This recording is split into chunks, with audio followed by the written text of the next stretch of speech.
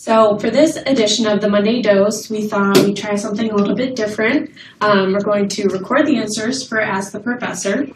And today we're here with Dr. Wykoff, Dean of the College of Public Health, and we're going to ask him a few questions about public speaking and presentation skills, and we hope that it's helpful for everyone. So one of the first questions that we had was, what do you find to be the best preparation for speeches or public speaking? Well, I think it's helpful to think of three aspects to preparation. When you're preparing a speech, you want to start by making sure you know the content. Mm-hmm. You know the material. And oftentimes you'll know most of it, but not all of it. So there's nothing wrong with agreeing to do a speech and knowing you have to do some background research. That's okay. But you want to prepare the content of the speech. The second part of preparation is knowing everything you can about the venue, who's going before you, how much time you have, who's in the audience, what their educational level is. I actually like to visit the venue in advance. I want to see it. I want to get it in my mind. I want to know whether there's a podium or a lapel mic, whether I'll have a PowerPoint. All of those things are designed to make sure that you're comfortable, that you don't get nervous at the last minute. So the more you know about the venue and who the people are and the order and all of that, and just as a matter of course, I prefer to speak first if there's going to be a bunch of people. So that's the second thing. And then the third is the actual preparation of the speech itself. And I think everybody is a little bit different in that. But what I like to do is, if it's a new speech, one that I've never given before, I'll think about it a lot. I'll try to get it into my mind of what I want to say and in what order. And then I'll actually write it down. I'll type the whole speech out, which I know they tell you not to do. But I don't do that to read the speech. I never read a speech. But once I've typed it down, then I'll read it through a couple of times, and I'll start to see how it feels. And once I've got it to where I like it, I'll read it enough times, and I'll set it aside, and I'll do it from memory. So it'll appear to the audience like I'm doing an extemporaneous speech, but it's actually a prepared piece, much like a play. If you're in a play, you're going to memorize your lines and say them. Now, I'll vary, and I'll change it up. In terms of the content of the speech, I usually like to focus on, beyond what I've said, I always want to start with the beginning. I want to, I have to turn my phone off. I want to work on the ending, and then the part that I concentrate on most is the transitions. If I want to say point A and point B and point C, I want to know how I'm going to get from one to the other. So that's sort of a quick overview of preparing a speech. Secondly, we wanted to ask you, what are the important elements in the speech? Yeah, I think, again, beyond the content, one element that people don't think about is you want to make sure you're speaking to the audience. So if I'm going to give a different speech if I'm talking to a professional audience and a lay audience. So that drives it. But as I say, you always want to you want to know how you're going to start. You're going to know how you want to end. And then again, to me, it's this idea of the transitions. Because if I say point A, and I say point B, and I say point C, and then I go to D, if I don't tie it together, I'm going to lose the audience. Because they don't necessarily think the same way I do. So I want to make sure that they understand why I'm going from A to B to C. And you want to present it as an arc. What do you do specifically during your presentations that makes them so successful? Well, again, I'll take a step back. Think of a presentation having multiple purposes. It's in part to educate the audience. It's in part to motivate the audience, to inspire the audience. But there's also an element of entertainment. And I know people don't like to think about that, but when you're giving a speech, you've got to keep people's interest. So to do that, I'll do a couple of things. I like to use PowerPoint. And when I use PowerPoint, as you probably notice, I use a lot of slides. That's not what they tell you not to do that. But I do it in part to keep people's eye on the data. When I use pictures, I use images, I'll move, have things move.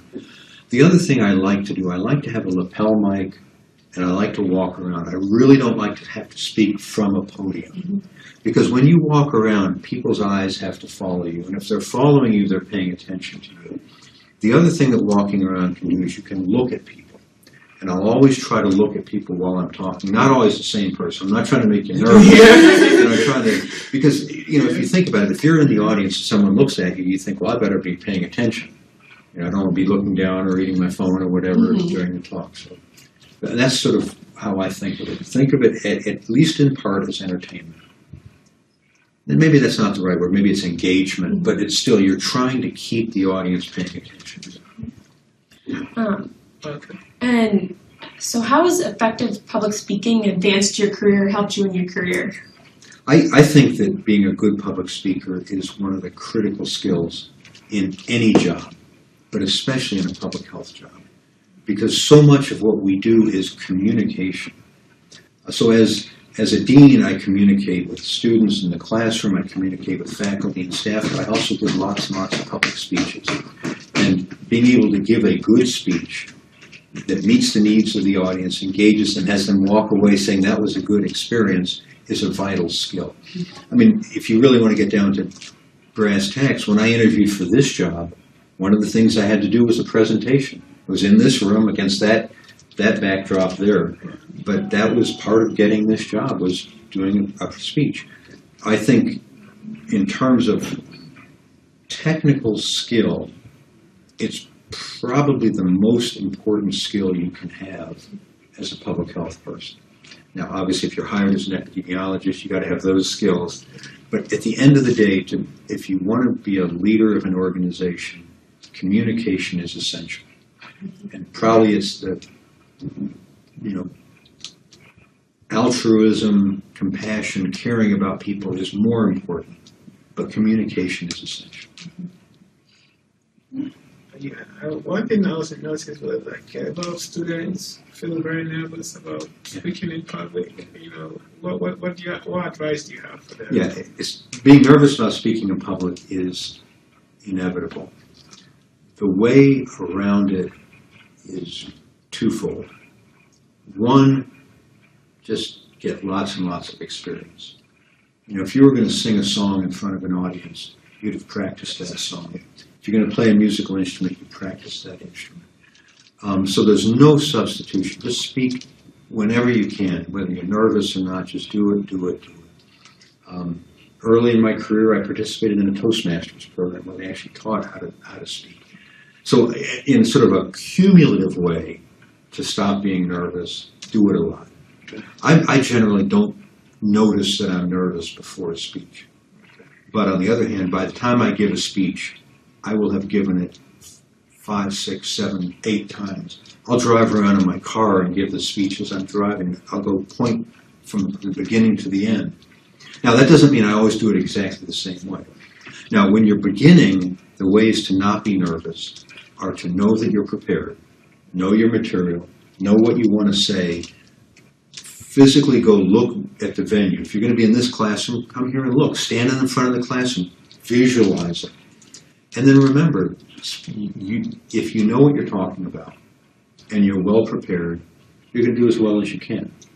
And everybody makes mistakes. Everybody loses their train of thought. Often if I'm giving a new speech, I'll have that typed speech with me, even though I never look at it. But just in case I get lost, I can flip through it. So preparation and repetition are the ways to not be nervous. Any final thoughts? Public speaking is a skill that works in a variety of ways. I mean, it's a great skill to have. You never know when you're going to be asked to give a speech. But at the same time, the ability to gain the command of an audience can be essential in a disaster situation. Somebody's got to stand up and get people's attention. You have to know how to get people's attention. You have to be able to project. So it's a great skill to have in no matter what line of work you're going to go into. And I think it's a great topic for the Monday dose. Good, Thank you so much. please talk. Thank you, Victor. Well, Thank you, Elizabeth. Thank you very much. Thank you for showing up. So that ends our interview. Okay. On public speaking. Thank you. That's all I got. Thank you, Victor. Thank you, Elizabeth. All right. Sorry about my phone. It's okay. Normally, I do remember to turn my phone off before the speech. Yeah. I'm sure we won't even hear that on the recording.